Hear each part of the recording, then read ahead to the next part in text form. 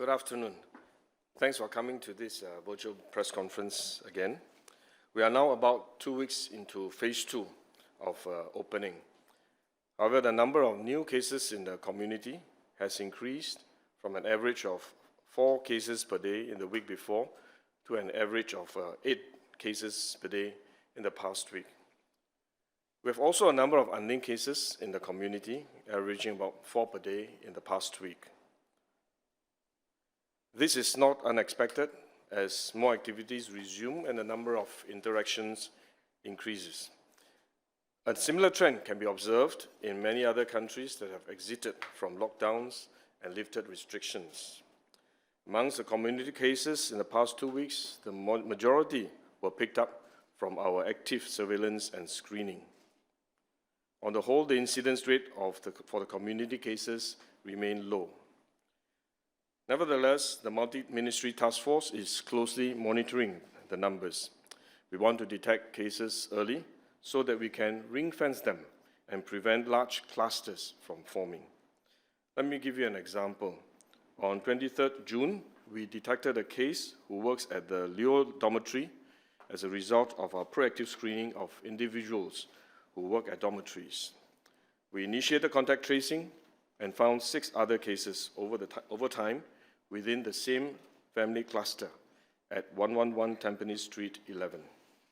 On 27 June, another case emerged that immediately caught our contact tracers' attention. This case reported no interaction with the previous family cluster, but they live in the same block on a different level. So it immediately caught the attention of our contact tracers and our antennas were up. Our contact tracers decided to investigate further and flag it out for closer monitoring. Even as epidemiological investigations are ongoing, we decided to take additional precautionary measures beyond the usual measures that have already been activated upon the detection of these cases, including quarantine and so on. We decided to proactively identify all the 58 households residing in the same section of the block that is served by a common lift lobby and stairwell, given the possibility that there may be inadvertent contacts between the households. We contacted them to check if they are well. 2 of them were unwell and were tested. The results were negative. Everyone in the identified units is then put on active phone surveillance. In addition, the affected common areas in the block has been disinfected and regular cleaning up has been stepped up. As these households are not really close contacts of the confirmed cases, they are assessed to have a lower risk of being infected. But we want to be a little bit more careful because asymptomatic transmission could occur. Therefore, we offered COVID-19 testing for all of them. Thus far, MOH has contacted 160 individuals among these 58 households, including visitors. 58 individuals were swabbed yesterday, and all have tested negative. 29 more individuals are expected to be tested over these 2 days, and we'll provide an update and the results when they are ready. I thank the affected residents for their cooperation and patience, especially those who have come forward for the testing. Should there be further infected cases, we may have to put in further precautionary measures. The task force will continue to press on with our efforts in early detection, ring fencing, and aggressive testing. But the role of the individual is arguably even more critical. I urge everyone to continue to remain vigilant and be socially responsible so as to protect ourselves and our loved ones. If we work together, each one of us playing our role, we can keep the number of new cases limited and minimize the risk of large clusters from being formed. So on this note, I would like to invite my Director of Medical Services, Professor Professor Mark to give an update on the medical situation today. Thank you very much, Minister. As of the 2nd of July 2020, 12 noon, the Ministry of Health had preliminarily confirmed an additional 188 cases of COVID-19 infection in Singapore. The vast majority still comprise work permit holders who reside in foreign worker dormitories. Based on our investigation so far today, there are 10 cases in the community, of whom 8 are either Singapore citizens or permanent residents, and 2 are work pass holders.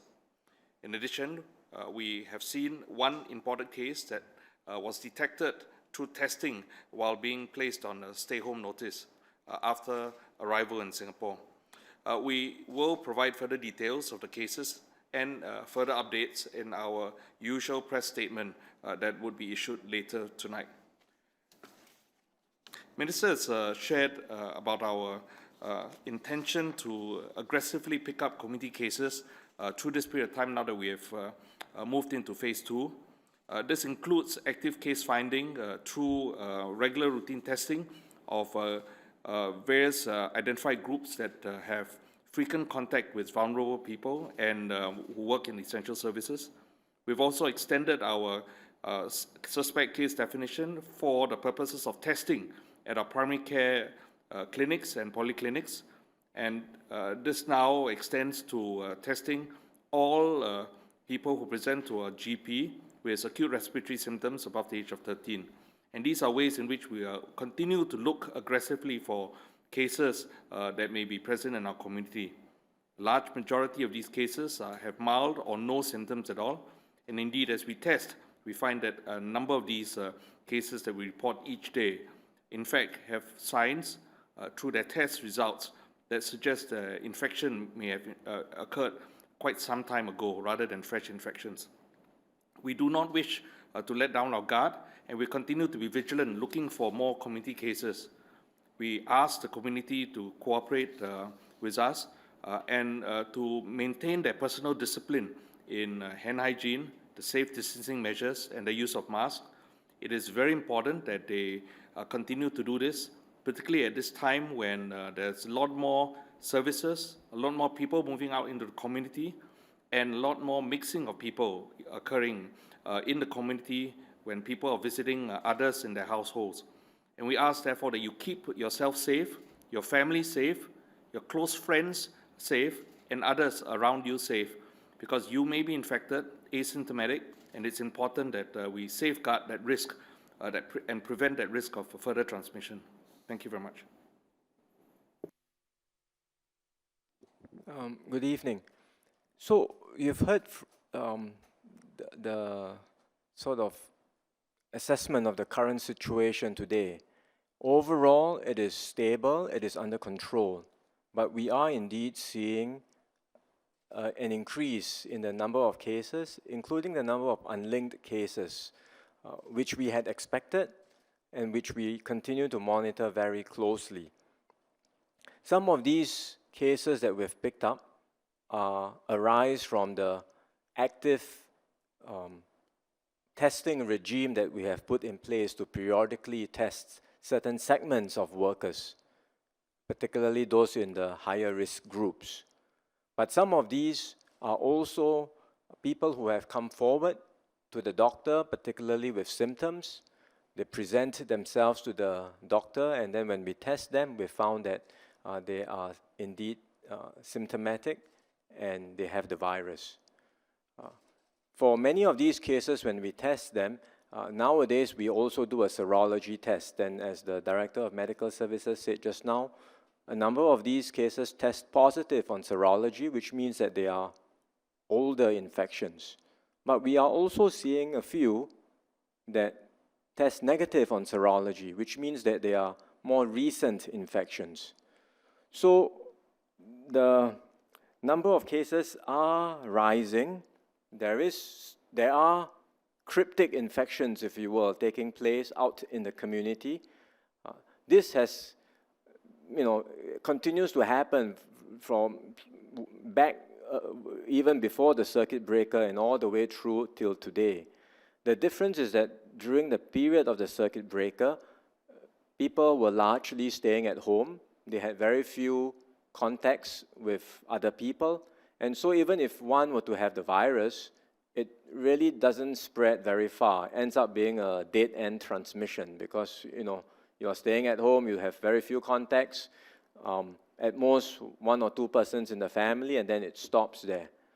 But today, if someone has the infection and the person doesn't see a doctor quickly, goes out to work, to dine out in a F&B outlet, then the risk of transmission increases to other people. The risk of transmitting it to other people goes up, and there is that risk of larger clusters forming.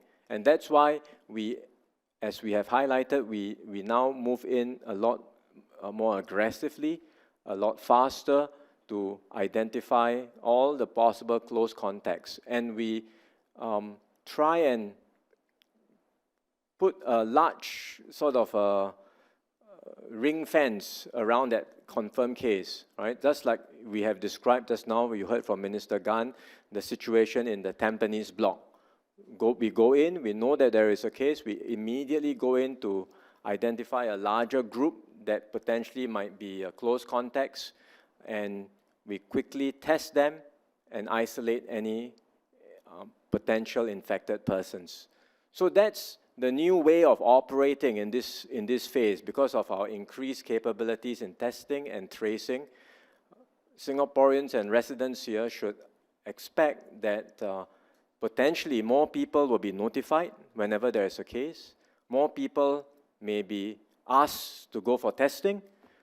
More people may be quarantined because we are casting a wider net around every single infected case in order to more effectively ring-fence and isolate the virus and stop it from spreading to other people. While we do all that, and while we have this enhanced testing and tracing capability, I think we should not take it for granted that this system is foolproof and we can catch every single case. We should not push the system to its limits. We should not be taking unnecessary risk.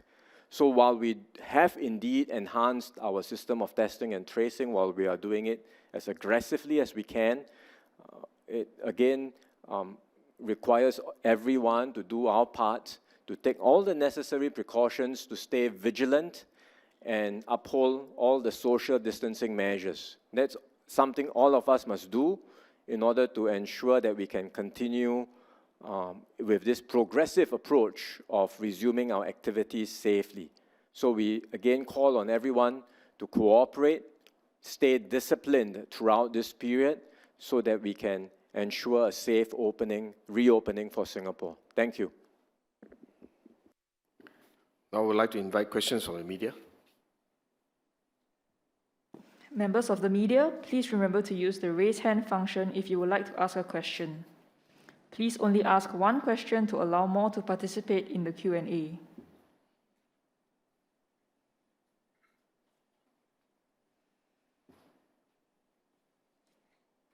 May we have the first question from Cheryl from CNA.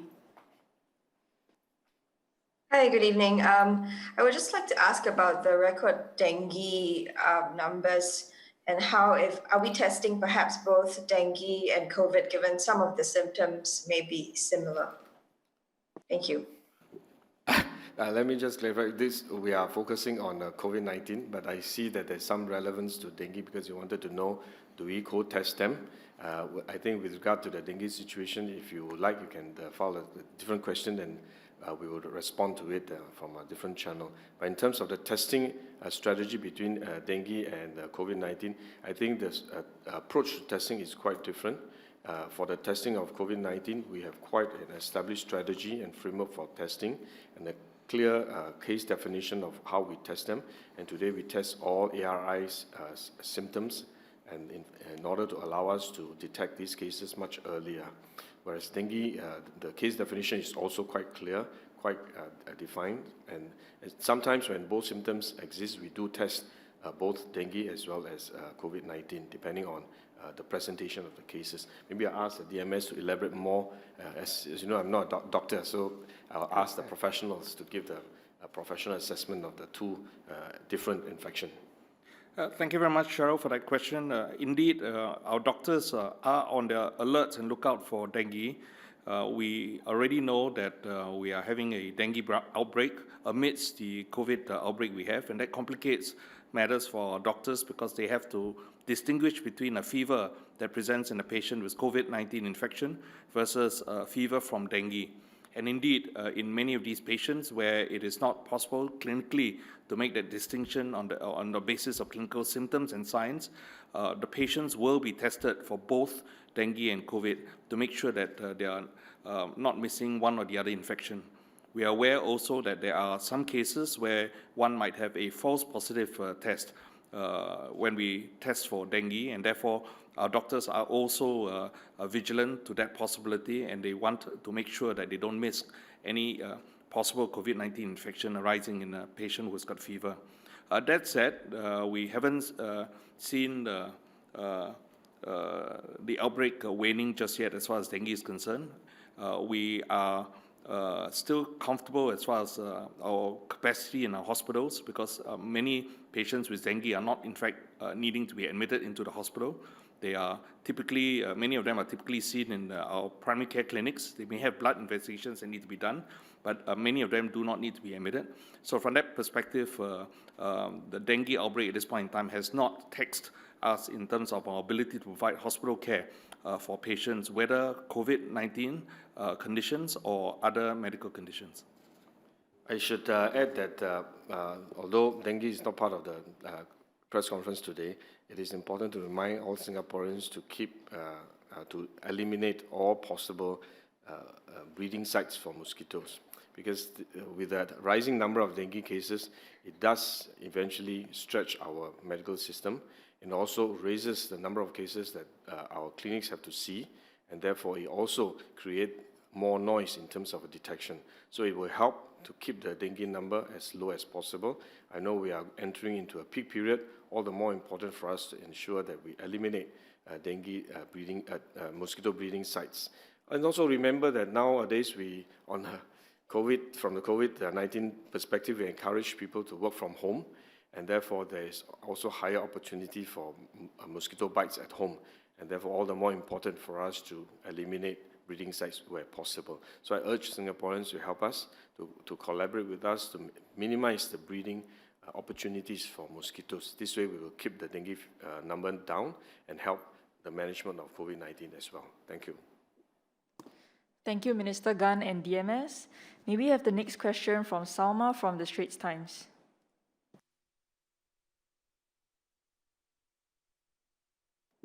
Salma, please hang on.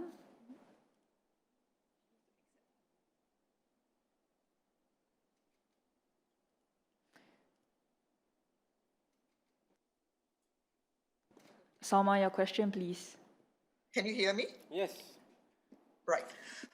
Is swabbing for COVID-19 optional? I'm referring to the Tampines group. You mentioned there were 160 people in 58 households, but then only about half have come forward for swabbing. So if it's not compulsory and they're only under house surveillance, active house surveillance, I know they're not close contacts, but if one person could have gotten it from somebody else in the block, they all pose a risk. So if it's an optional thing, they may be asymptomatic, would they then go on to pass the virus on to others?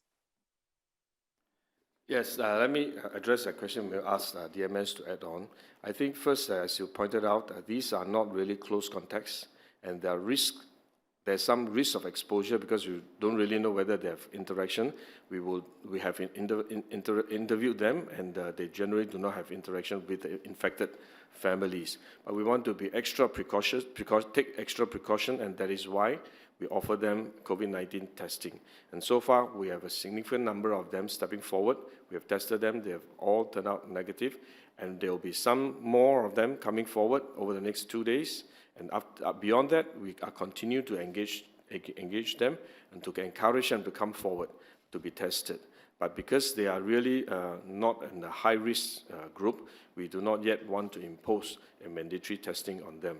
However, if we do find additional cases among these voluntary testing, we may decide to take further measures. And what the further measures will be will depend on the nature of the cases that we detect, whether they are in the same household, whether there are specific features, whether they are actually quite random, and it may become necessary. And when that time comes, we'll make an assessment whether we will impose a mandatory testing for the rest of those that are living in the same section of the block, or even if we detect other cases, we may need to extend the testing to the whole block. So this will depend on the situation as it develops over the next couple of weeks. So we continue to monitor them.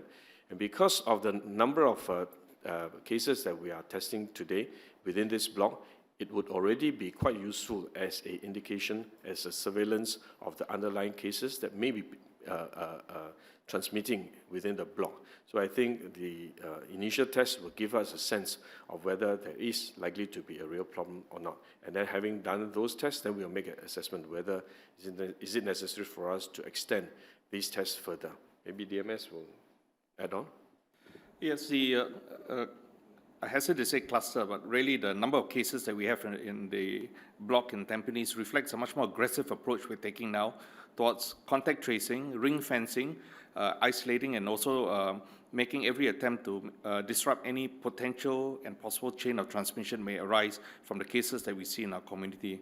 And this is in part driven by the fact that now that we have come out of phase 1 and circuit breaker into phase 2, we are determined to do our best to pick up as far as possible every community case and to prevent further onward transmission of infection to others in the community so that we do not need to see us progressing back into restrictions as we had in circuit breaker or phase 1.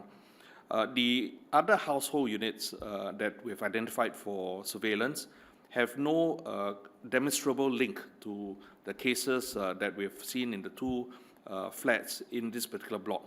However, because we want to be extra cautious, we've taken the opportunity to identify the common core stairs and lift that potentially may give rise to mixing as people move out from their flats into community and back.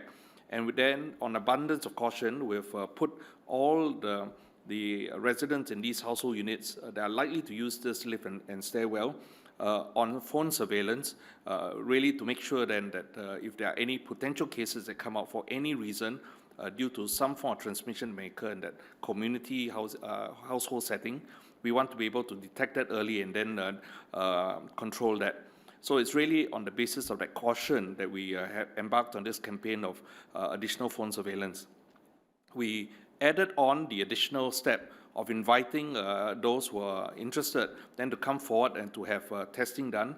This is not only to give us an opportunity then to detect asymptomatic but infected cases that are present, but also to provide an assurance to residents in the community that in fact if they are coming forward, they test themselves and find themselves negative, then they can also have an assurance that they are not potentially infected or exposed at this point in time.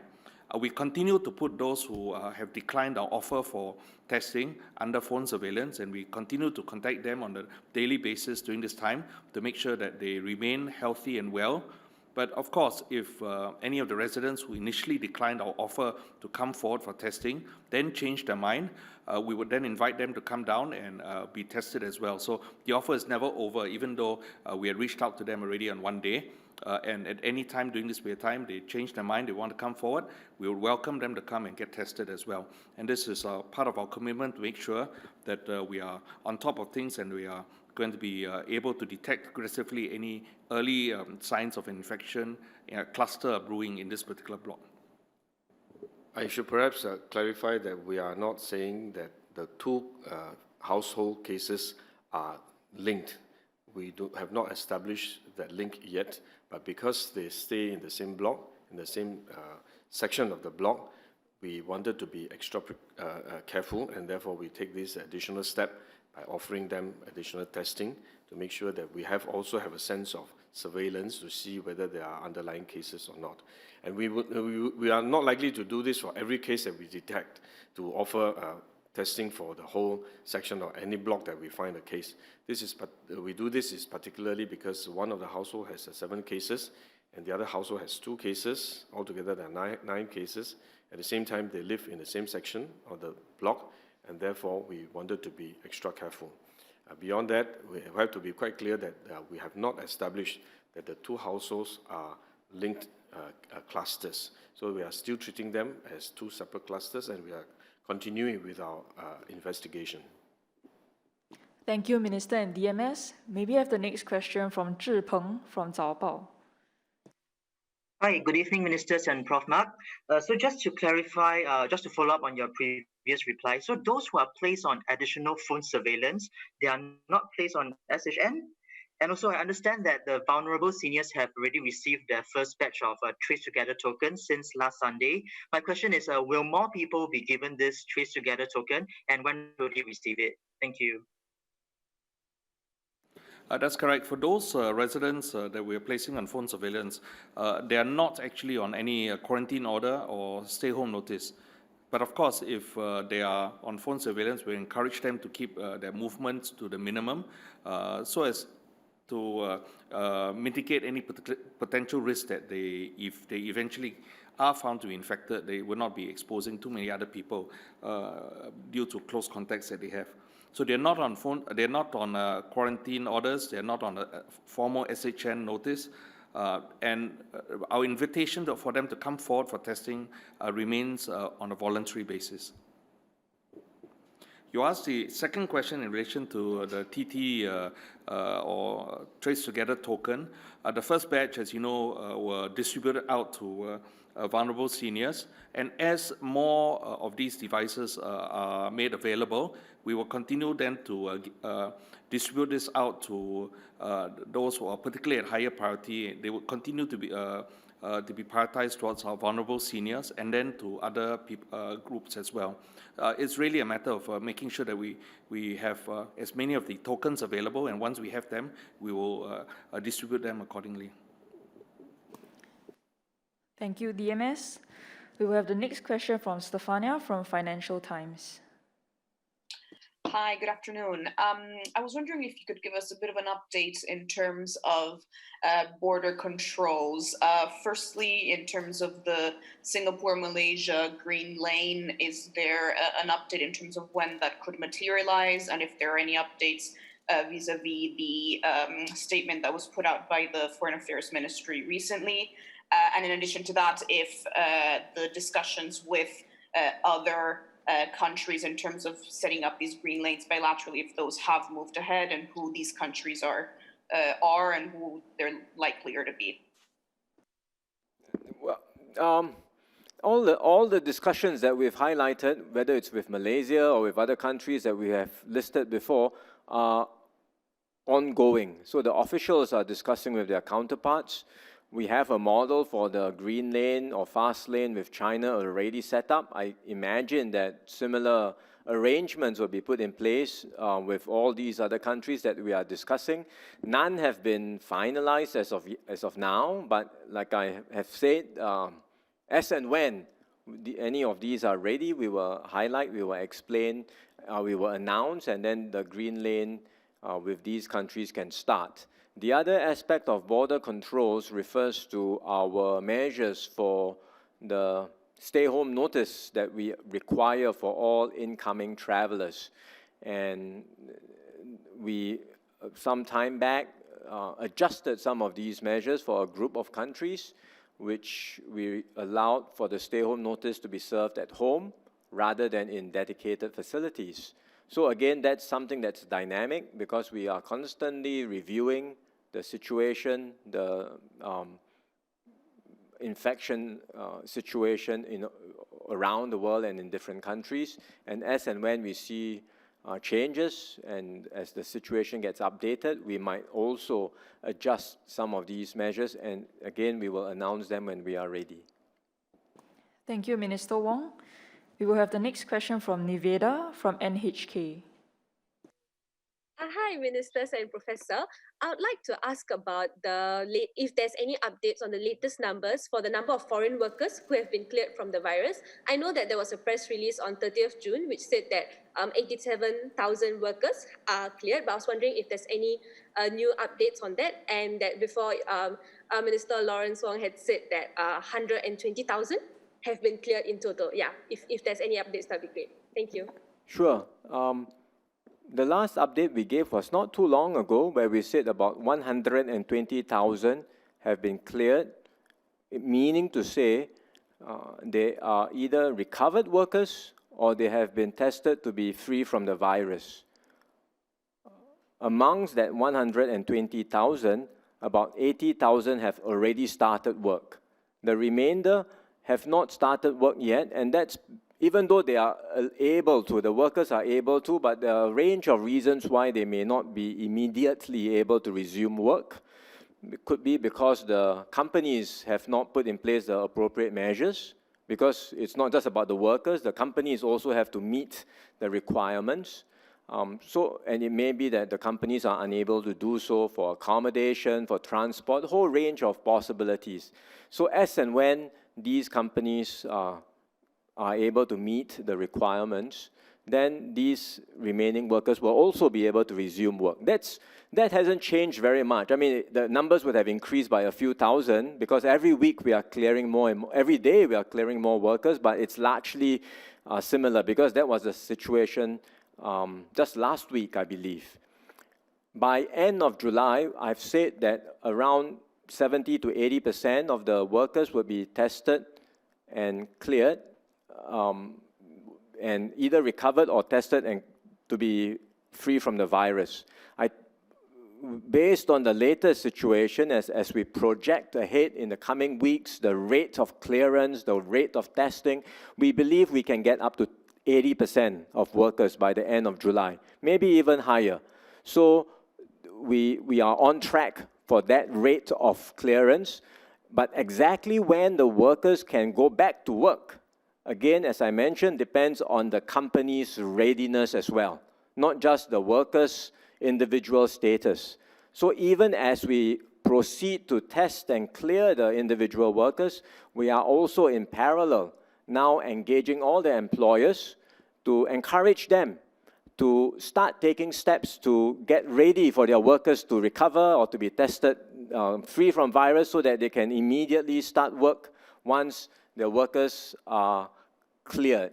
Otherwise, if they were to do it sequentially, right, they wait for the workers to be cleared, then they start putting in all the procedures and processes and applications, then again, it incurs another few weeks of delay. So rather than wait, we are encouraging all the employers, contractors, companies to start making preparations now in parallel so that when the workers are cleared, immediately they can resume work. So hopefully by August, right, early August, we can see the vast majority, if not all, the migrant workers in the dormitories back at work safely. Thank you, Minister. We will have the next question from Shahida from Berita Harian. Hello, Ministers. Good evening. I just want to ask, with the campaign in full swing, I just want to get a general sense by the task force whether safe distancing and other safety guidelines are being adhered to, especially by the candidates when they do their walkabouts by the various political parties. Well, the elections department is very mindful of this. As we have highlighted before, the task force sets out the overall framework, the requirements that would apply nationwide in phase 2, and then the elections department, based on these national guidelines, will put in place the rules and regulations and the requirements for safe elections and for safe campaigning. So they have complied, or the elections department, based on the national guidelines, have put out a set of very strict requirements for all political parties, for all the candidates, as well as the activists and volunteers and helpers involved in the campaign. And on top of that, the elections department, government officials are going around as safe distancing ambassadors, and enforcement officers are out and about as well. So I'm quite sure the elections department will, not only have guidelines, but also have people on the ground to ensure that the elections are conducted in a safe manner for everyone. Thank you, Minister. The next question will be from Kai from Channel 8 News. Hi. Just now you said that some of the patients, they go to GP and they are symptomatic, and many of them go through the serology test and found out that some of them are tested positive. So that means it's older case.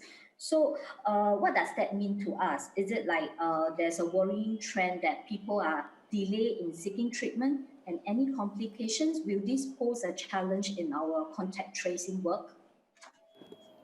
Thank you very much for that question. I'd like to perhaps clarify this. At this point in time, the mainstay for testing still remains PCR testing, which we use for making a diagnosis of COVID-19 infection.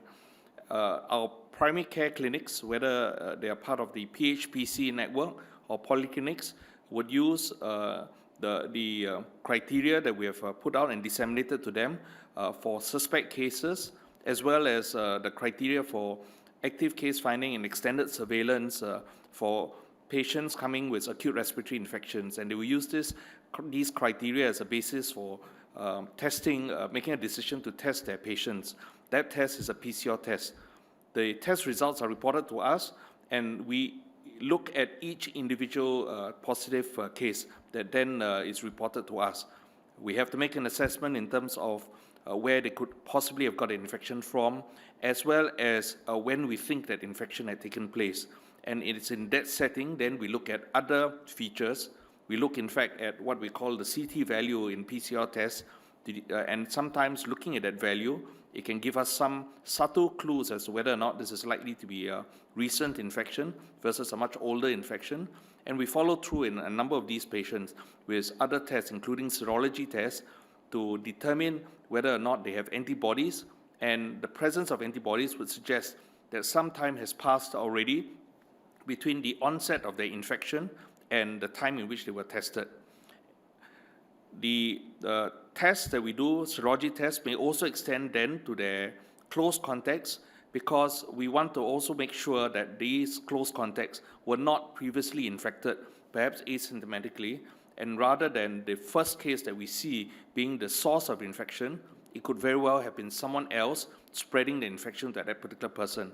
So as we investigate and look at close contacts, we sometimes will also test these individuals. As they go into quarantine, as they come out from quarantine, and in selected instances, we may also do serology tests as part of our epidemiological investigations to assess when that infection had taken place.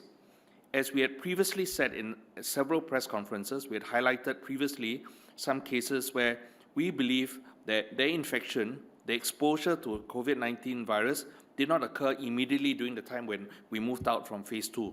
It could in fact have occurred long before they had even moved out into COVID, the circuit breaker period of time. So that's important for us as well, because we would want to know whether or not we need to cast a net wider.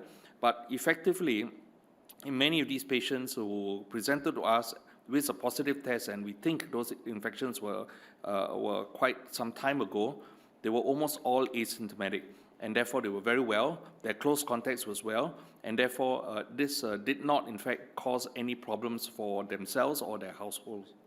But I think the point to remind everyone, which is I think what the question was alluding to, is the importance of going to see a doctor immediately when you feel sick and when you have flu-like symptoms, rather than to assume that it's a very mild sniffle, it's something that, seems okay, and then I can just go about my daily activities as per normal. This may not have been so bad during the circuit breaker, because if you feel like that and you are just at home, you have no contacts, the risk of spreading to many people is very low. You're just at home, and everyone is at home, staying put, and very minimal contacts. But if people were to have that kind of mindset, it's a sniffle, I self-medicate, I avoid seeing a doctor as far as I can. Even when I start to feel feverish or I start to feel like I have a flu-like symptom, I take Panadol and I hope that it will be okay. And worse, on top of that, I go about my daily activities and meet many people. That is when the risk presents itself, because in phase 2, individuals are out and about a lot more, and we are in contact with more people. So we really need to remind everyone, if you feel sick, if you have flu-like symptoms, stay at home, and then better yet, go and see a doctor immediately. And if the doctor diagnoses you with ARI, they will ask you to be tested, and it's better that you get tested and verified that you are free from COVID-19 than to pretend that you don't have the virus or not to know about it, and then potentially you could infect others around you, including your family members. And if you have elderly people in the same household, I think the consequences of infecting someone senior in the home can be lethal and can be dangerous. Thank you, Minister and DMS. We have time for the last 3 questions. Can we have the next question from Lynette from the Business Times? Hi, good evening, Lynette here. My question is, given this current update in terms of the rise in cases and unlinked cases, does that mean that we are going to see a further increase in the number of cases linked or unlinked? And what does this mean for the timeline towards phase 3? Thanks. I have to say that the increases in the linked and unlinked cases that we are seeing in recent days is not unexpected, because as I mentioned several times before, that with the opening of phase 1 and now we are in the midst of phase 2, we do expect the number of cases to go up. The key is to quickly ring-fence them, detect them, ring-fence them, prevent further spread, and most importantly, prevent the emergence of multiple clusters everywhere. Then we have a potential problem in our hands. So therefore, we are still continuing to monitor the situation, and so far, I think the overall number of cases in the community is still low, but we should never be complacent, and we should not let our guards down. That's why I was using Tampines as an example to show how we want to be aggressive in detecting cases, in testing people in a very targeted way, very effective way to detect cases as early as possible so that we can try to ring-fence them. So I think this is a strategy that we would adopt going forward to make sure that even as we open up, we are careful, we do it carefully, and we do it in a way that would not create major clusters and large spikes of number of cases. So these numbers, we are continuing to watch them. The numbers that we are seeing is not unexpected, and I would say that even in the coming weeks, we do expect to see the numbers to continue to go up somewhat, because I think the number that we are seeing these few days, part of it may be the result of phase 1 and not a full effect of phase 2 yet. Remembering that phase 2 was just about barely 2 weeks ago, and with the incubation period of 2 weeks, and on top of that, some may have delayed reporting, and some after detection, it will take time to be diagnosed, detected, and until the day we report, there may be some gaps in between while we verify the details, and therefore it has not fully reflected the effect of the opening in phase 2. We need to continue to monitor, and you may see the number of cases continue to climb somewhat, but what is important is to keep an eye on the total number and spikes in the number, as well as clusters that are being formed. And that's why when we saw the Tampines Street 11 cluster, we were particularly concerned, and that, the number is 7 in one household, but in a way, because it's in one household, it's more contained. Had it been the multiple clusters in multiple blocks within Tampines, then we will become very, very concerned. So I think it's something that we want to watch, and we want to be proactive and aggressive in screening and detection and ring-fencing them. So that's how we will continue our strategy going forward as we open up in phase 2. And I think so far we will continue to look at how we can confidently and safely continue our opening process, and eventually we'll reach phase 3. So we are still in the monitoring stage, and the time will come when we may announce additional relaxation, but I think it's too early for us to discuss at this point. We ought to focus on monitoring them and trying to catch every case that pop up and see whether we can control it, ring-fence it, to prevent further spread. And if we can do so, I think there'll be an opportunity for us to make further progress in opening within phase 2, and eventually we'll reach a phase 3. Thank you, Minister Gan.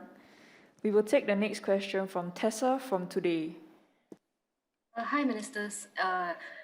My question is kind of a follow-up from the previous question. So is there an assessment of whether we are more likely to move forward to phase 3, or at the moment it seems like we are more likely to introduce more restrictions because of the trend of more cases coming up? I thought I more or less answered that question. I think at the moment, we have not shifted our strategy in our phase 2 and our progress towards phase 3, but we are watching the development of the situation very carefully, because the number of cases are rising as expected. If we rise much faster, or when we see large clusters popping up, we may need to tighten some measures. And I also explained in previous conference that even if we tighten measures, it is likely to be more targeted, depending on the nature of the transmission, the background of the cases. It may be in certain settings, it may be in regard to certain activities, and if it involves a certain activity, we may decide to tighten and introduce additional precautions for these activities. If it is a specific setting, we may decide, okay, maybe we will need to ring fence that setting, reduce the number of people being involved, or increase the social distancing, safe distancing within these settings to prevent further spread. So it will depend on the nature of the cases that will pop up from time to time, and we'll decide what measures may be necessary in a targeted way based on the nature of these cases that emerge. Just to add very quickly, we said before that phase 2 would continue for months before we are likely to enter phase 3, which would be effectively the new steady state until a vaccine is found for the virus. So that assessment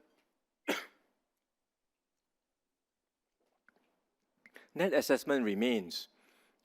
And what does months mean? It's really hard to pinpoint at this stage, because we are just really 2 weeks into phase 2. It's still early days. At this stage, even within phase 2 itself, we have certain rules which we have highlighted, potentially over time can be relaxed. But we are not moving to any of such relaxation anytime soon. We have the current rules, they remain group of 5 people. We have not allowed bars, pubs to reopen. I don't think it's not going to happen anytime soon, because we still need to monitor the current situation before we can get to further opening of more premises. We have not allowed large events, MICE, conventions of this nature to happen, and again, we are unlikely to allow any of such events, large sporting events, concerts.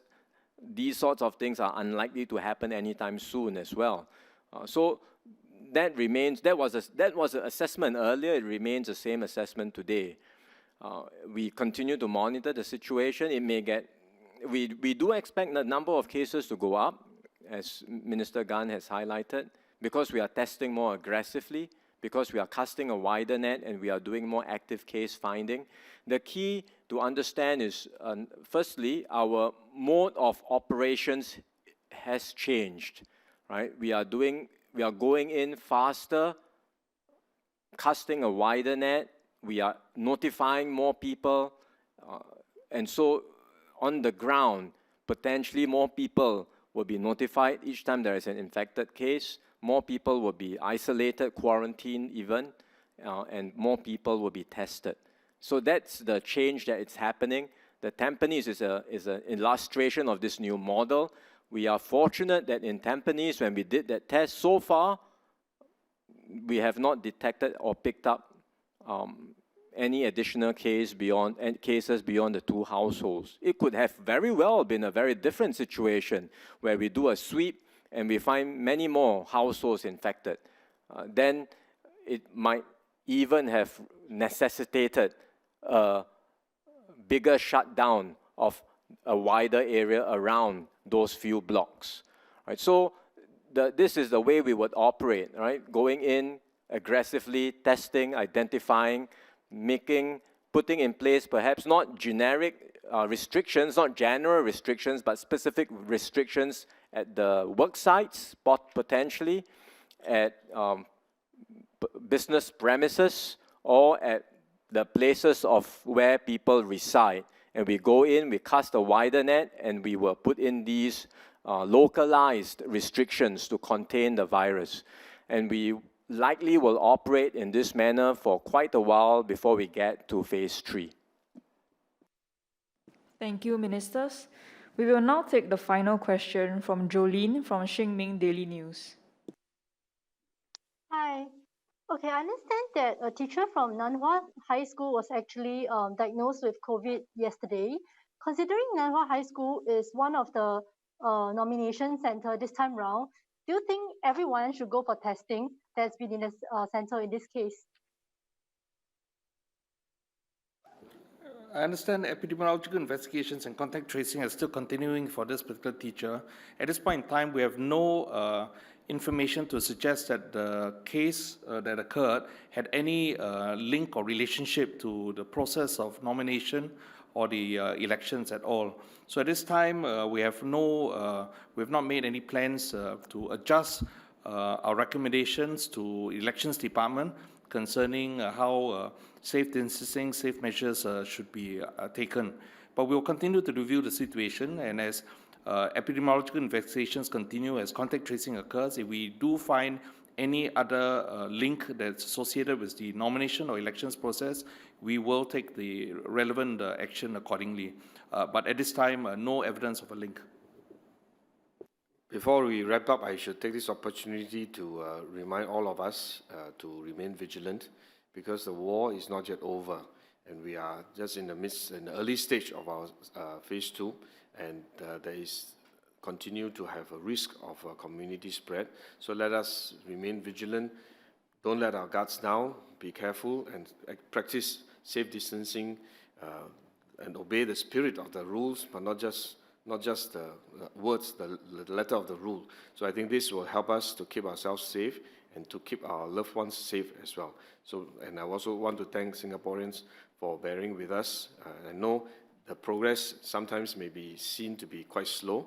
We want to move very carefully, very cautiously, and therefore very gradually. But this is for the safety for all of us in Singapore, our loved ones, ourselves, and our friends. So please bear with us as we progressively open up bit by bit, step by step, to ensure safety for all. So thank you very much.